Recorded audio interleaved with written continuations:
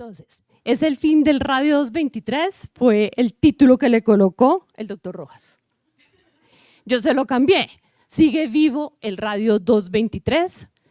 Entonces, el radio es el elemento más radiactivo de la naturaleza. Desde su descubrimiento en 1911 por los esposos Curie, fue realmente un concepto exitoso. Parecía que a las lesiones que se les colocaba, se les ponía en contacto con el radio 223, disminuían de tamaño, entonces se empezó a usar en radioterapia y después, por su hermosa luminiscencia, se empezó a usar de todas las formas posibles. Se utilizaba en maquillajes, en pinturas. Entre 1930 y 1960 hubo un boom del radio por todo lado, inclusive en 1960 se utilizaba en las manecillas de los relojes, cuando ya sabíamos que el radio podía ser nocivo para la salud. Sin embargo, no nos podemos negar que el descubrimiento del radio impulsó de una manera significativa la ciencia a nivel mundial y sumió al siglo XX en la era de la radiactividad. Para el año 2013 reaparece el radio 223 como una alternativa terapéutica a las metástasis del cáncer de próstata.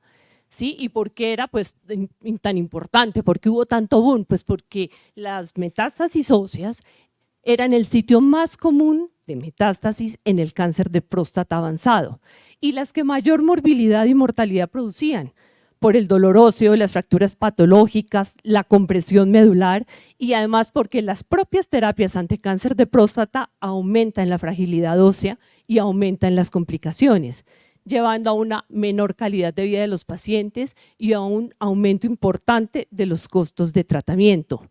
Porque si vamos a ver, el 90% de los pacientes con cáncer de próstata avanzado tienen metástasis óseas y de esos el 70% solo tienen metástasis óseas. De manera que el hueso es un elemento de gestión de riesgo prioritario. Ahora, ¿por qué el radio 223?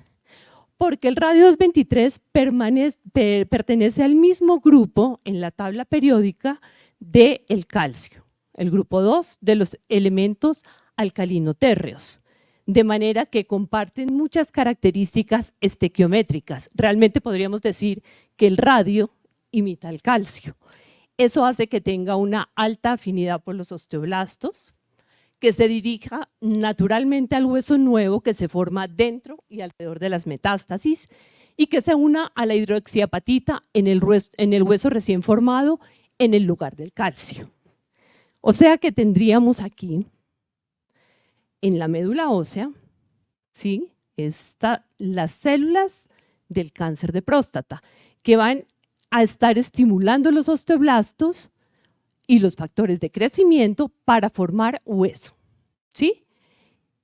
Y en ese sitio donde se forma hueso se va a depositar el radio, ¿sí? Dejando su rango de partículas alfa, se une a la hidroxiapatita y se incorpora a la matriz ósea. Y va a depositar allá la radiación alfa, que como todos sabemos, se bloquea con una hoja de papel, tiene un corto alcance, una alta energía e induce doble ruptura de la cadena del ADN. Esa es su principal característica, tanto en las células tumorales como en los osteoblastos, como en los osteoclastos, con un efecto citotóxico profundo y localizado, que inhibe la formación ósea inducida por el tumor, inhibe la proliferación de los osteoblastos, y tiene un rango de destrucción inferior a 0,1 milímetro, estamos hablando de 8 células. Esa es la gran ventaja del radio 223. Con este concepto, Alcinca inicia un estudio, un diseño de estudio fase 3, en el que toma pacientes con cáncer de próstata resistente a castración, sintomáticos óseos, que habían recibido previamente docetaxel, o que no estaban lo suficientemente bien para recibirlos, y lo distribuyó en dos grupos. A un grupo le administró radio 223 y al otro grupo el mejor cuidado estándar. ¿Y qué encontraron? Encontraron que cuando el paciente se le daba radio 223 en supervivencia general tenía 3 meses más que al paciente que se le administraba placebo. Como vieron ya 3 meses, los urólogos me decían, bueno, pero ese costo por 3 meses, pero todo lo que uno puede hacer en 3 meses, ¿sí? Que el tiempo hasta el primer evento esquelético también era más prolongado al paciente que se le daba radio que al que se le administraba el placebo. Y adicionalmente que no había compromisos hematológicos significativos, que era muy bien tolerado, que les mejoró la calidad de vida y mejoró la evaluación funcional de estos pacientes. Con esto, en el 2013, como dijo el doctor Ucros, se aprueba el radio 223 para el tratamiento de los pacientes con cáncer de próstata resistente a castración, metástasis óseas sintomáticas, sin enfermedad metastásica visceral conocida, con unos criterios de inclusión que estuviera en buenas condiciones generales, una gamografía ósea con 2 o más metástasis y que no hubiera mayor compromiso de ganglios linfáticos, porque se iba a ir, como vimos, únicamente al hueso, ¿sí? Y con estos características de los laboratorios clínicos. Fácil de administrar, ambulatorio, la mayoría de los centros de medicina nuclear los están haciendo, como dice el doctor Ucros, y ahí sin geomina, sin bima, no hay mayor problema, 6 dosis, con una medición previa a cada dosis de la reserva medular del paciente. Sin mayores precauciones de protección radiológica, únicamente indicaciones sobre el manejo de la materia fecal y haciendo la advertencia al paciente que como hay un proceso inflamatorio transitorio, las metástasis óseas pueden producir leve aumento del dolor.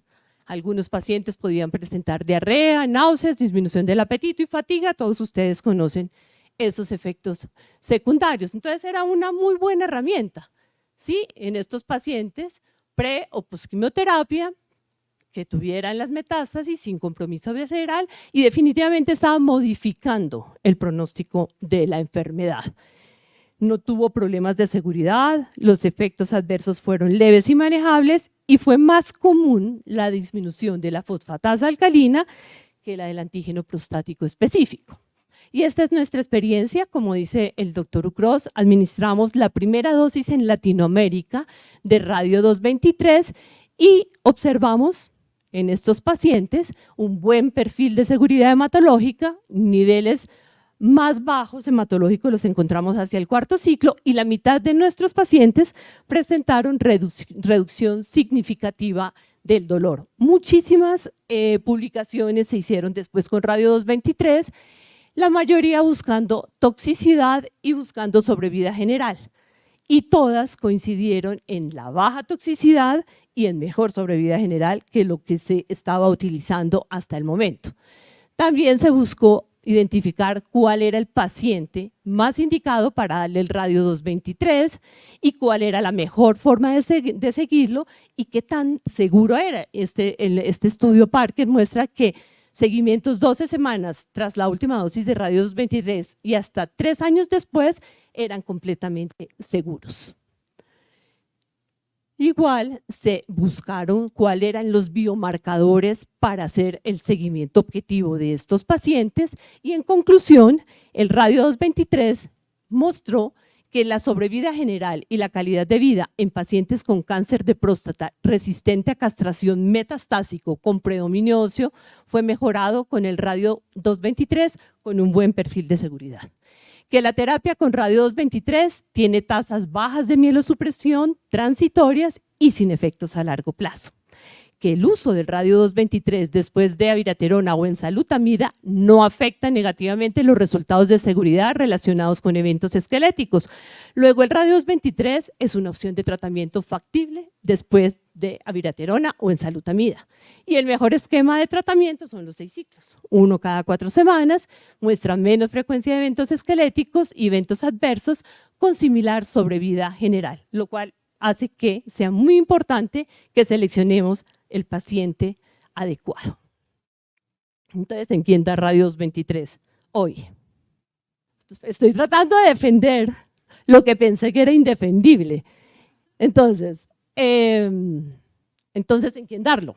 Entonces, pacientes con cáncer de próstata resistente a castración, metastásico óseo sintomático y sin metástasis viscerales, con limitada carga tumoral o pacientes a los cuales no se les pueda dar otra terapia, porque esta mostró ser muy segura y muy bien tolerada. Por ejemplo, pacientes con toxicidad hematológica, pacientes con convulsiones que tienen contraindicado enzalutamida, con enfermedad cardiovascular o diabetes no controlada que tiene contraindicado abiraterona.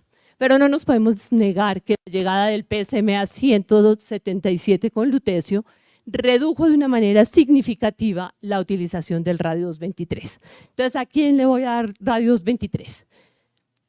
Le pregunté a personas que estaban muy dedicadas al tratamiento con radio 223 y que ya estaban afrontando el PSMA lutecio 177. La doctora Mónica Vidal de Medellín me decía, mire doctora, debe seleccionarse bien el paciente, idealmente que no tenga muchas metástasis, hasta 6 metástasis óseas, bueno, ya lo hice porque hace varias publicaciones al respecto, en buenas condiciones generales y sugiere que inicie más temprano. El doctor Mike Satak de Johannesburgo, él es de los pioneros en el manejo de radio 223, actinio 225 y PSMA lutecio 177. Me decía, sí, yo lo uso menos, pero debe usarse en pacientes que no expresen PSMA. Esos pacientes existen, ¿no? 5% de los pacientes no expresan PSMA. O pacientes que recurran con baja expresión de PSMA o que eleven el antígeno prostático después del PSMA lutecio 177. Basado en esto, se hizo una revisión de los estudios RALU, Vision y WARM, que en todos ellos, que se estaban tratando pacientes con PSMA lutecio 177, había un grupo de pacientes que previamente habían sido tratados con radio 223. Y ellos vieron que los pacientes que habían recibido el radio 223 previo al PSMA no presentaron mayor toxicidad, que había sido bien tolerado y parecía que había algún beneficio en la sobrevida. De manera que, enfocado en esto, el doctor Michael Hoffman, que fue el que escribió todo lo de Vision y Therapy, me decía, vea, yo también estoy convencido de que el radio 223 ya casi no se usa, pero también creo que si revisamos lo anterior vamos a encontrar beneficios y de hecho tiene un estudio abierto ahorita en el que propone la terapia complementaria de PSMA lutecio 177 con radio 223. El combo lutecio PSMA y radio 223, Alphabet Trial.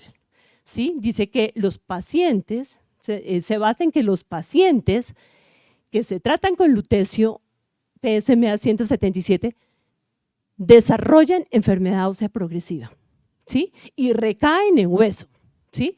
Probablemente porque nos quedaron micrometástasis, probablemente porque la dosis de radiación era inadecuada para producir rotura citotóxica del ADN de doble cadena. Y entonces este es la base del trabajo de ellos. Tenemos aquí, si recuerdan, las células del cáncer de próstata, ¿sí? Y tenemos aquí el lutecio PSMA 177 que va a actuar directamente sobre estas células, mientras que el radio 223 va a actuar sobre la neoformación ósea. Tendríamos lo mejor de los dos mundos. Tendríamos el PSMA lutecio 177 con radiación beta, teniendo acción en hueso y otros órganos, porque este no va solo para hueso, sino también puede ir a los ganglios y si hay compromiso visceral, con una baja energía que induce ionización y ruptura simple del ADN. Eso es fácil de reparar, ¿sí? No hay realmente una muerte celular completa, pero si le añadimos el radio 223 con acción selectiva sobre el hueso, como les había comentado, una alta energía con una ruptura compleja del ADN, eso hace que esto ya sea difícil de reparar y esto ha llevado a la muerte celular. Y este tratamiento es bien tolerado y tiene mayor durabilidad de la respuesta terapéutica. Entonces, el radio 223 en combo con el PSMA lutecio 177 está abierto, estamos esperando resultados. Este ensayo termina en septiembre del año entrante. Hay muchos otros trabajos de radio 223 combinado con radioablación, ahí está el nombre de los estudios, con terapia hormonal y radioterapia corporal estereotáxica, con inmunoterapia, lo que nos demuestra que el radio 223 sigue vivo, ¿sí? ¿En quién usarlo? En este momento usarlo en pacientes con cáncer de próstata resistente a castración metastásico óseo con dolor y sin dolor, porque disminuye los eventos óseos también. Cuando hay toxicidad para otras terapias, pacientes que no expresan PSMA, que recaen con baja expresión de PSMA, que elevan PSA durante la terapia con PSMA lutecio 177 y en combinación con PSMA lutecio 177. Xofigo, el radio 223, sigue vivo. Yo pensaba que no. Esto es un sinfín de manejo entre terapias alfa y beta. Muchas gracias y los espero en Cartagena.